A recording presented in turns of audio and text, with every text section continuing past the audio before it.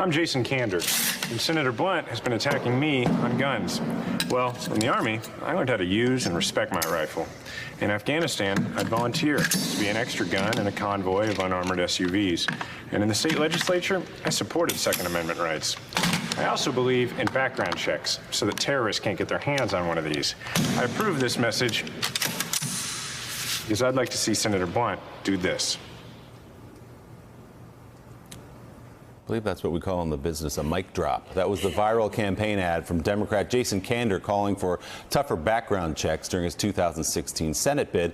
Though he lost that race narrowly, the former Missouri Secretary of State Jason Kander is now running for mayor of Kansas City. And the former Army captain joins us now. His new book is titled Outside the Wire, 10 Lessons I've Learned in Everyday Courage, and it is out today. Jason, it's great to have you with us. It's good to be here. Thanks. So let's talk about your decision to run for mayor. The election's not till next year, June of 2019. There were a lot of people pointing to you, including President Obama, by the way, who said he's my guy in Missouri. It was very nice of him. As somebody who ought to run for president. So what was the decision like for you not to wait and do that and to jump into the mayor race? You know, I believe that we're living in grab and or territory. It's do everything you possibly can for your fellow citizen right now. And that's what I'm doing. That's, you know, I'm a fifth generation Kansas Citian. I love my hometown, and that's why I decided to run for mayor. But it's also why I decided to write Outside the Wire, and why, you know, in the interest of using that platform for as much good as possible, why for every copy sold this week, my wife and I are making a contribution to Moms Demand Action and Everytown for Gun Safety. But it is grab and or times. It's do what you can for others.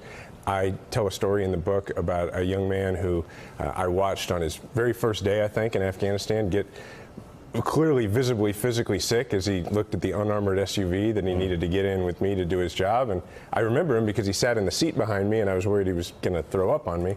But I think about him all the time when I think about the so-called tough choices that supposedly politicians make, and they don't seem that tough compared to, you know, getting in a vehicle and going outside the wire. We should point out for people who don't know that you enlisted in the Army National Guard after 9/11 as a response to that incident. Was it a difficult choice for you? Because, as I said, there were a lot of people at the national level who look at you and say, my gosh, in the state of Missouri, he almost knocked off the incumbent Roy Blunt. Less than 3 points was the margin when Donald Trump was winning the state by almost 20 points. You're viewed as a rising star in the party. Was it a tough call not to wait for the presidential election? No, I mean, the opportunity to be mayor of Kansas City. Have you been to KC? I sure have, yeah. Okay, so you great understand. Town, great barbecue. I mean, it's a wonderful place. Also, it is a place where we've had a lot of progress that we've made. We've had a lot of success, but I want to see that extend to everybody in the city. I want, no matter where you live, for you to be able to see it, and to feel it. And so, no, that made it not at all a difficult choice for me. It's about, you know, I write in Outside the Wire about how a lot of people have like something in their someday category. Like, someday I'm going to do X. And really, I just want people to understand, like, don't wait for someday, make it now. Making change is about getting outside your comfort zone. And nobody ever really made change from within their comfort zone. Joe's got a question for you. Yeah, Jason, you talk about your experiences in Afghanistan, what you learned there. And you're talking about politics. One of your first bit of advice taken from your time in a war zone is, if you want to change the world, you have to get outside the wire. Explain that. So outside the wire is a term that we use overseas. It means to go, you know, off the safety of the base. And look, I've spent a lot more time figuratively outside the wire in politics even than I did literally in Afghanistan, because, you know, it's been several years now. And I just never have seen anybody who, like, when people say, well, there's tough choices that have to be made in politics, I think about explaining that to people who have risked their lives, and it just doesn't wash with me. I mean, I came back, one of the stories I tell in the book is, I came back, I had a meeting once I was in the state legislature with the Speaker of the House, who really wanted to brace me and kind of get me to do exactly what he wanted. And the whole time I was thinking about a meeting that I had with a corrupt Afghan general in the border police, and I wasn't really sure that I was going to get out of that meeting alive. Once you've had experiences like that, it's pretty difficult to look at elected politics in America and say, man, this is really tough stuff. And the truth is, it's really not. Yeah, not even in the same category. Let's talk about your first campaign, what you learned there. You talk about, you say you need to hustle, but you need to stay humble. Explain that. Yeah, I mean, it's you put in every bit of work you can because voters appreciate it. One of the stories I tell in Outside the Wire is that one of the very first doors that I ever knocked on in my campaign, my first campaign, which was for state legislature, this fella came to his front door and we were talking, and it was really clear immediately that he and I disagreed on this issue he wanted to talk about. And I had just been a candidate for a short time, and so I just did what I had seen politicians on TV do, and I start trying to spin him and tell him how really we agreed. And then next thing I knew, we were in an argument, wasn't going well. So I felt kind of like frustrated and desperate, so I just said, hey, thanks for your time, now you know what I believe. I walked off, and then he says to me, well, that makes sense. You can put a sign in my yard, I'll vote for you. And that's how I really learned that voters don't expect you to believe everything they believe. They want to know you really believe what you're saying, and they'll forgive you for believing something different from them if they know that you believe it because you care about them. Yeah. Elise. You're one of the most prominent and politically successful Afghanistan war vets today in America. Where are you on the continued U.S. involvement in the war in Afghanistan more than a decade after you left, and we're going on, 17, 18 years now? Well, you and I were talking a minute ago during the break about we'd both been at the same place several years ago.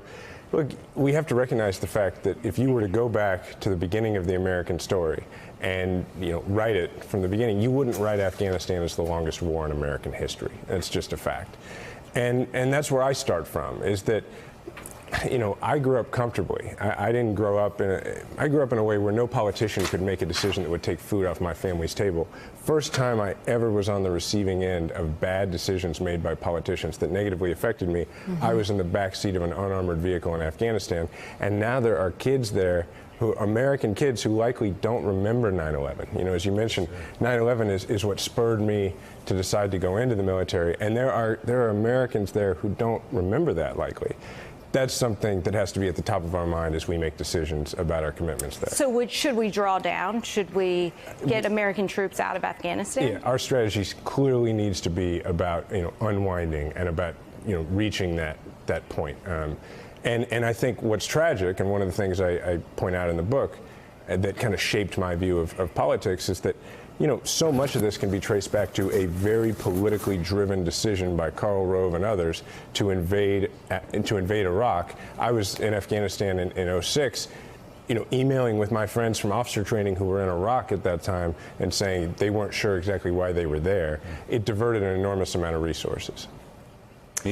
Jason, I'm just curious, as you seek to serve your second attempt, and it's very much appreciated politically. What are you hearing from people? We're in an age of sort of devalued truth, where there's now arguments about what is real, what is fact, what is fiction, and what comes out of the president's mouth, and rumors that are being passed around. What are you hearing from people about any of that? Do they even care? Or what do they want? And this is one of the things I talk about in the book, because, I got 220,000 votes from folks who voted for President Trump and for me, even though the only thing we agree on is we're both afraid of sharks. And so I do hear from a lot of people who voted for him. And what they generally say to me is this. Like back in 2016, what they were saying, the persuadable voters, is they were saying, look, I don't like him.